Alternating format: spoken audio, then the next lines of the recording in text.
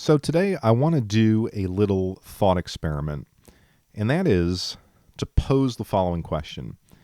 If I had a significant amount of disposable income, how would I upgrade and enhance my current collection? So with any good thought experiment, I think you have to have parameters.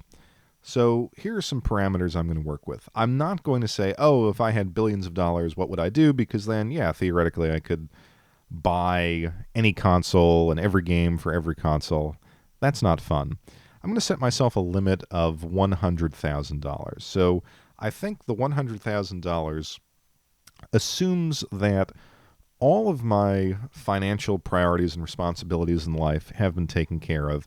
And this is just a chunk of change of purely disposable income that I could dedicate to my collection. The next parameter is that I'm going to do things that I could theoretically do right now. Now, granted, I don't have $100,000 of disposable income, but these are things that I could theoretically do, or at least projects I could start right now and continue for 5, 10, 15 years and accomplish.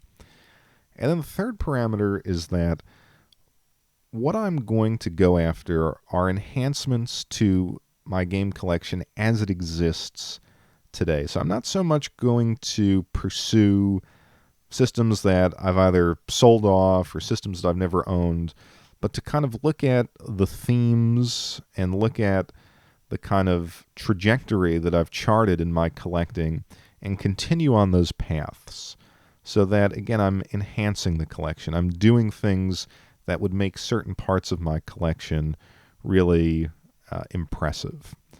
So I think it's always fun to do these kind of thought experiments, and here we go. The last video I put out was on the Sega Saturn, and it kind of kick-started my Sega Saturn collecting. I mentioned in that video that usually in the late winter, early spring is when I start collecting for the Sega Saturn. And I tend to pick out 4 or 5 games to buy every year and grow my collection. So as I was doing that this year, it occurred to me I have many of the desirable games between the $20 and $80 price point.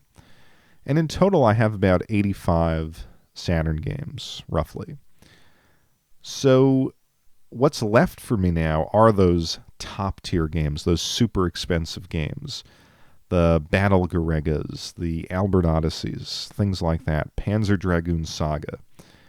And those games just are so expensive that I can't reasonably commit to buying them. And probably I'm going to hit a point where I have most of the games that I would still consider affordable in my situation, and that's going to be it. So if I had this fantasy $100,000, I would imagine that between $5,000 and $7,000 would probably get me excellent condition copies of those top tier games, because I think even the most expensive ones don't crest 1,000. I think a lot of them, when you talk about the shmup games, they can Gary Kid, things like that, Sonic Wings, they're still around, between $100 and $200. So I would just say, hey, look, I've got this stack of cash. I'm going to get all of them and kind of complete that top tier of my collection. And then I would also have the liberty to kind of go after stacks and lots of weird, strange Japanese games, which I like doing and I've done in the past. But at the same time, I've kind of gotten to the point in life where previously, yeah, I would get a stack of games. Maybe I'd spend 50 or 60 bucks and you'd get 30 games, 40 games. And I would go through them. I stream this, and maybe there would be 1 or 2 gems in there. But at this point in my life, if I'm going to spend $60 on something, I'd rather go out to a nice dinner with the girlfriend than import a lot of unknown Saturn games. But with this fantasy cash, I would still do that. And while I would never shoot for a complete Sega Saturn collection, I think I could get a really respectable, really desirable Sega Saturn collection It is the system that I love. It is the most meaningful system for me to collect for. And I would just, I think, max out the collection at that point. So sticking with this theme of things that I could do but probably shouldn't, I would definitely try to complete my collection of PSP North American released JRPGs. Now, I have a good number of them, and honestly, most of them are either in excellent CIB condition, and many of them are still sealed. At the end of the PSP life cycle, I just started buying JRPGs, and I knew I wouldn't get to all of them, but it's one of my favorite genres historically. And I always felt that the PSP was the last hurrah of the JRPG style that we saw come out, starting, let's say, with the Super Famicom and really ending with the PlayStation 1. So I just wanted to gather as many as I could, and I have many significant ones, but there's still some that I'm missing. So yeah, I could, and perhaps I should, explore doing that now. But again, when you're into the $50 to $70 to $100 price range, you kind of have a little pause. And certainly to buy 4 or 5 games at, say, $80, yeah, I could do it, but I probably shouldn't. But I think in this fantasy situation, for the purposes of this thought experiment, I would go out and I'd say, yeah, let me gather as many of those games as I can and really have something, not a complete PSP collection, but a complete PSP North American release JRPG collection. Now, I said I wasn't going to take this fantasy money and go out and try to buy complete collections of games for new systems. But I'm going to kind of make an exception here as far as systems go. Not to say that I'm going to aim for complete collections, but there are 2 systems that I would purchase. The first is the PC FX. And I've mentioned here on the channel before that I love the transition between the 16-bit and 32-bit eras, because so many consoles came out, say, between the peak of the SNES Genesis time and the rise of the PlayStation, things like the Jaguar, the 3DO in this country, and a whole host of other systems. And one of those systems was the PC FX, which was the successor to the PC Engine. Now, the PC Engine, TurboGrafx 16, not successful in this country, but in Japan, PC Engine was a major player. And I just found it fascinating that to follow that up, they went with a niche anime otaku style console that eschewed most normal genres in favor of visual novel and, towards the end of its life, like adult hentai visual novel stuff. So do I have desire, a burning desire to play some of these games? Not necessarily. I know there are probably 5 that are really good, but it goes back to a night, I would say 5 or 6 years ago, where I was on eBay, and I saw a listing. It was a complete in-box PCFX console with, I think, 40 or 50 games. And the guy wanted, which 40 or 50 games, by the way, is, I believe, a significant portion of the complete PCFX collection. Those games were mostly complete in box, and he wanted, I think in total it was like $800 or $850, including shipping. So 5, 6 years ago, a lot of money. I had the money, but it was one of those things where, I shouldn't do this. And I didn't. Well, now I regret it because I see that the consoles are going for about $300, $400. Some of the games are ticking up towards the $100 mark, so that could have been a good investment for the collection. I didn't do it, so I regret it. I would go back and see if I could pick up the system, and yeah, probably not going to get 40 or 50 games, but maybe 20 to 30, including those 5 or 6 that are desirable and actually good games to play. And it kind of continues, obviously, my interest in Japanese consoles and Japanese culture of that time, but also of these transition consoles. I think another, when we talk about transition consoles, I would love to get the Pioneer Laser Active, which is available. It's expensive, especially for the PC Engine plug-in. That would be something to kind of continue with this theme that I would go after. And then the Neo Geo CD-Z, which was the Neo Geo CD with, it was, I think, exclusive to Japan. The CD-Z had the faster CD-ROM drive because Neo Geo CD has horrendous load times.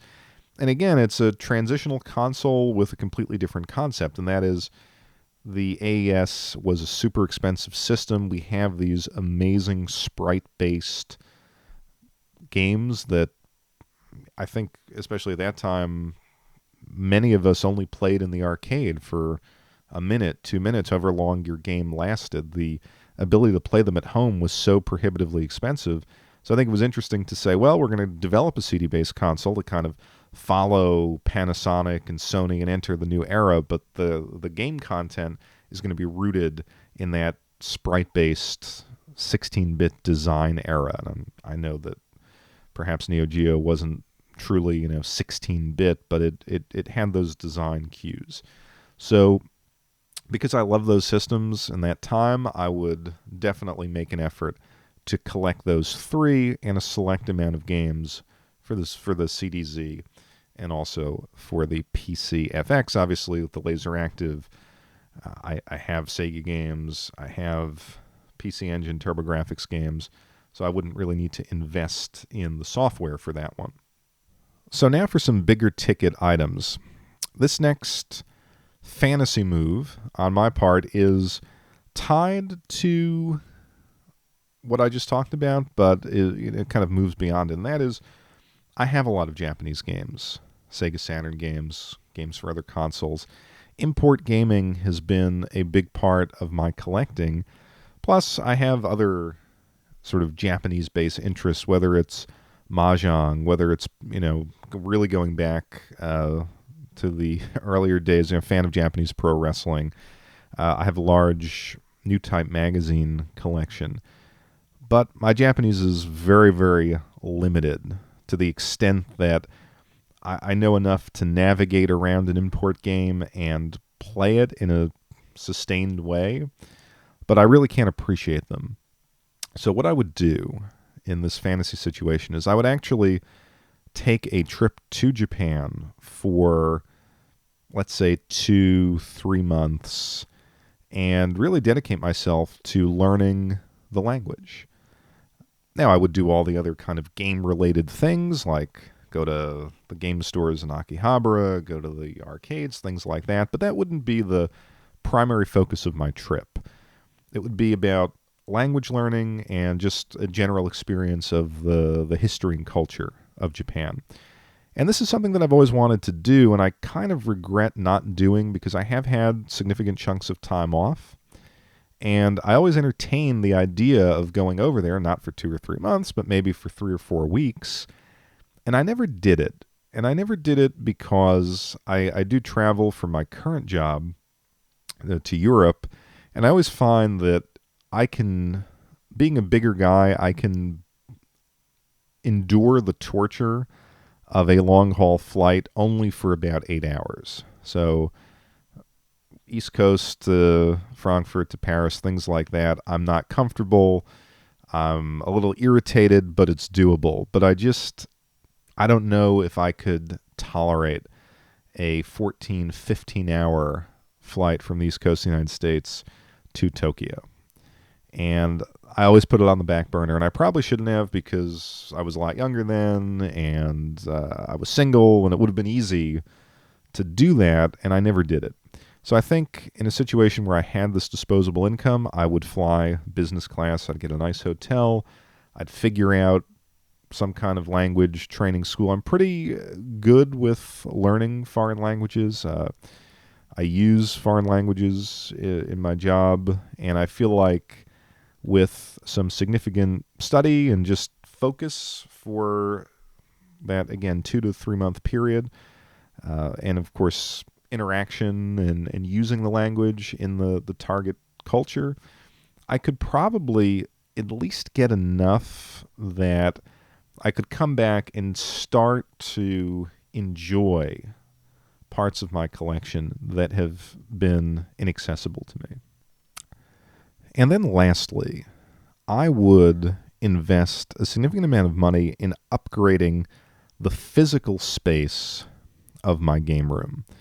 Now, you've seen the game room here on the channel. It's small, it's cozy. I like the space that I'm in, but it's not big enough. It's not big enough to display significant portions of my collection, and it's not big enough to do what I've really always wanted to do, and that is to have kind of a modern section and a retro section. So I have CRT televisions that I have in storage. I can't really fit all of my consoles in the room. So this thought experiment assumes if I have $100,000 of disposable income, theoretically I would have a more upgraded housing situation in general, and I would say finish a basement and put my consoles and my collectibles and things like that on display and just have a bigger place. So I would get furniture. I would really try to design things. I wouldn't go crazy. It wouldn't be like one of these insane rooms that you might see on YouTube, but just to spread out a little bit. I always like having a bed in the game room because as a child I gamed in the bedroom, so I would still kind of keep like a bedroom portion. I'd like to get a nice sofa, or maybe a couple of sofas for the retro and the modern section. And I would look to have one or two arcade cabinets. I'd like one of those multi-game cabinets, or two of them. One that is the traditional American style, and one that is like the Sega Astro City or Taito Vulix type cabinets that you see in Japan. Kind of put that in there and just be able to breathe a little bit.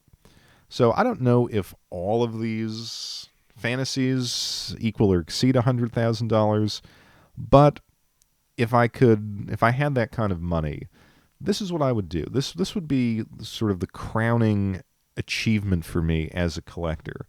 Not going above and beyond, not conspicuous consumption for the sake of conspicuous consumption, but again, taking the themes, taking the investment of time that I've put into my current collection and just maxing it out and getting it to a point of complete satisfaction. So I'd be curious to know, what would you guys do with a ton of disposable income that you could dedicate to enhancing your collection? I look forward to reading your comments below.